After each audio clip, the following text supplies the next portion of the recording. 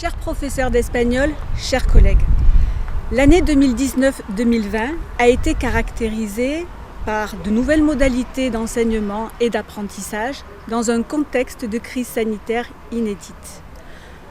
Vous avez su faire preuve d'adaptabilité, d'imagination, de créativité, notamment dans l'utilisation des outils du numérique, et nous vous en remercions sincèrement. Afin de poursuivre dans cette voie, nous avons choisi de vous adresser ces quelques mots par le biais de la vidéo. Cette vidéo s'ajoute à la lettre de rentrée en espagnol et celle interlangue que vous retrouverez sur le portail qui décline les priorités pédagogiques pour cette année. Après une longue période sans la possibilité de retrouver vos élèves, vous aviez hâte de retisser le lien et de reprendre une activité plus ancrée dans une relation pédagogique directe. La part incontournable liée au sensible, à la gestuelle, à la communication constitue des axes essentiels du métier d'enseignant. Nous sommes cependant conscientes des défis qui vous attendent.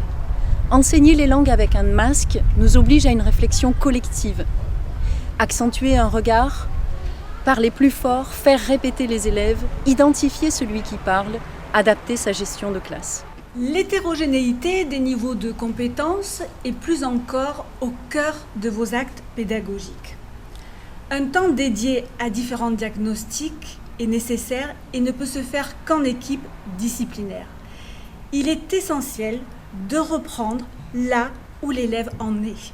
Déterminez collégialement les stratégies les plus adaptées et dans le même temps, choisissez un ancrage fort de votre projet dans des thématiques culturelles variées.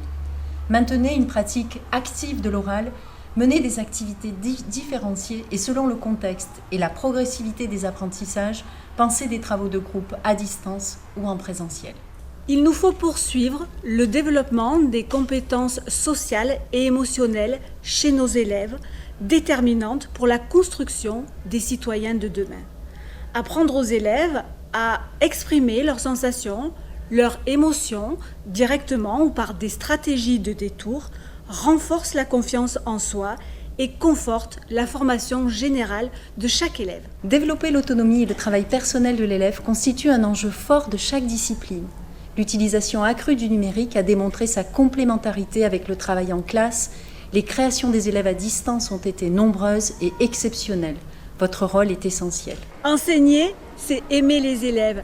Éduquer, c'est une histoire d'amour. N'hésitez pas à nous faire part de tous vos projets afin d'accroître cette mutualisation qui est au cœur de notre enseignement, au cœur de notre belle discipline qu'est l'espagnol.